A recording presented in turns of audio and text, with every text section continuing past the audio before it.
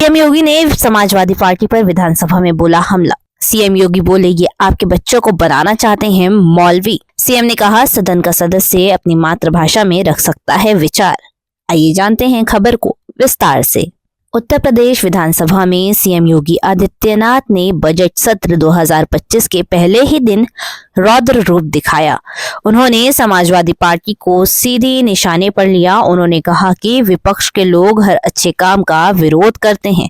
ये लोग उर्दू की वकालत करते हैं। हम स्थानीय भाषाओं को बढ़ावा देने का प्रयास कर रहे हैं।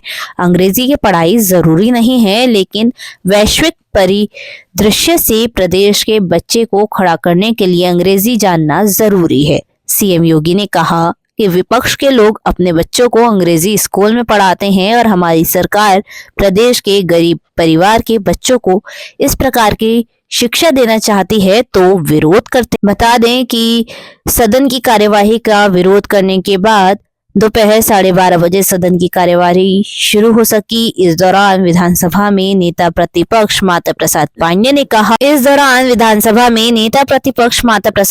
ने कहा कि फ्लोर लैंग्वेज में अंग्रेजी की जगह उर्दू कर दिया जाए। अंग्रेजी की जरूरत नहीं है, उर्दू हमारी दूसरी भाषा है। इस पर सीएम योगी ने हिंदी और अन्य क्षेत्रीय भाषाओं का मुद्दा उठाकर विपक्ष को घेरा।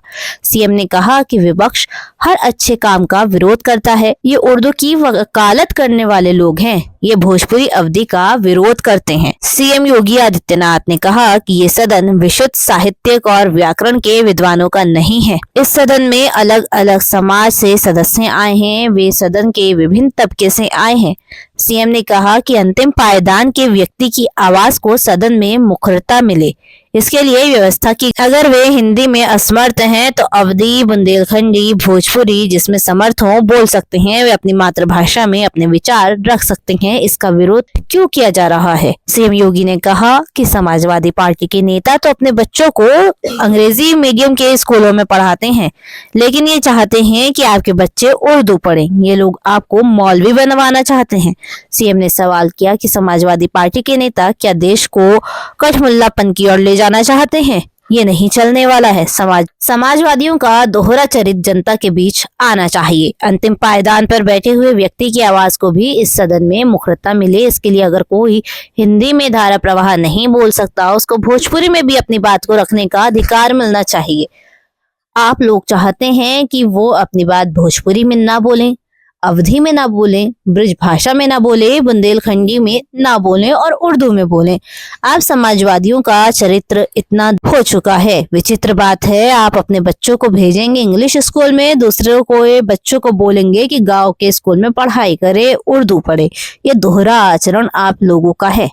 सीएम योगी ने कहा कि यूपी की बोलियों को सम्मान मिलना चाहिए। इनके संरक्षण के लिए ही हमारी सरकार भोजपुरी अकादमी का गठन कर रही है, अवधी अकादमी का गठन कर रही है, संत तुलसीदास जी के नाम पर ब्रजभाषा अकादमी का गठन कर रही है। सूरदास ने अपनी तमाम रचनाएं ब्रजभाषा में की हैं। रामचरितमानस उत्तर भारत और मॉरिशस, फिजी समेत अन्य देशों में बसे प्रवासियों के लिए एक प्राण पुस्तक है। वह अवधी भाषा में है। आज जब उसको सम्मान मिल रहा है तो आप लोग इसका विरोध करेंगे। सीएम योगी ने कहा कि अच्छा कार्य जो प्रदेश के हित में है, देश के हित में है, आप उसका विरोध करेंगे। मुझे लगता है इस प्रकार के विरोध की निंदा होनी चाहिए। सीएम ने कहा कि यूपी विधानसभा सचिवालय की ओर से बोलियों को जो स्थान दिया गया है, हम उसका समर्थन करते हैं। सीएम योगी ने कहा कि मुझे लगता है कि ये बातें प्रोसीडिंग का हिस्सा होनी चाहिए, इनको समाज के सामने एक्सपोज किया जाना चाहिए। ये अपने बच्चों को पढ़वाएंगे इंग्लिश स्कूलों में और दूसरे के बच्चों को मौलवी बनाने की सोच रखेंगे। विधानसभा अध्यक्ष सतीश महाना ने सूचना दी कि मुख्यमंत्री योगी आदित्यनाथ ने कहा कि प्रदेश के विभिन्न हिस्से से आए सदस्यगण अपनी भाषा में बात कहना चाहें तो इस पर विचार किया जाना चाहिए। सतीश महाना ने कहा कि कल ही हमने इसे लागू किया है। इसके दो भाव हैं कि नीचे तक आम आदमी भी उस भाषा के साथ जुड़ सके, साथ ही पूरे देश में उत्तर प्रदेश के भाषाओं का नाम गौरव बढ़ सके, लुप्त होती भाषाओं का सम्मान बढ़ सके।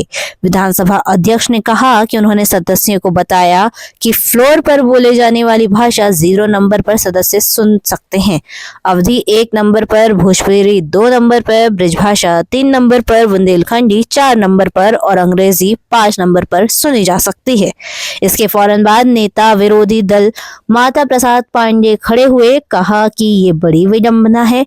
हम बुंदेलखंडी भोजपुरी का विरोध नहीं करते हैं, लेकिन अंग्रेजी का विधानसभा में प्रयोग करना न्याय उचित नहीं है। बड़े मुश्किल से अंग्रेजी यहाँ से हटाई गई थी और हमारी भाषा हिंदी घोषित की गई थी। अब अंग्रेजी लाकर हिंदी को कमजोर करने का प्रयास हो रहा है। माता प्रसाद पांडे ने कहा कि ये नहीं होना चाहिए। हमने इसे हटाने के लिए कई यातनाएं झेल गए हैं। उन्होंने कहा कि अगर अंग्रेजी कर रहे हैं तो उर्दू भी कर लीजिए। उर्दू क्यों नहीं करते? उर्दू भी तो भाषा है। धन्यवाद।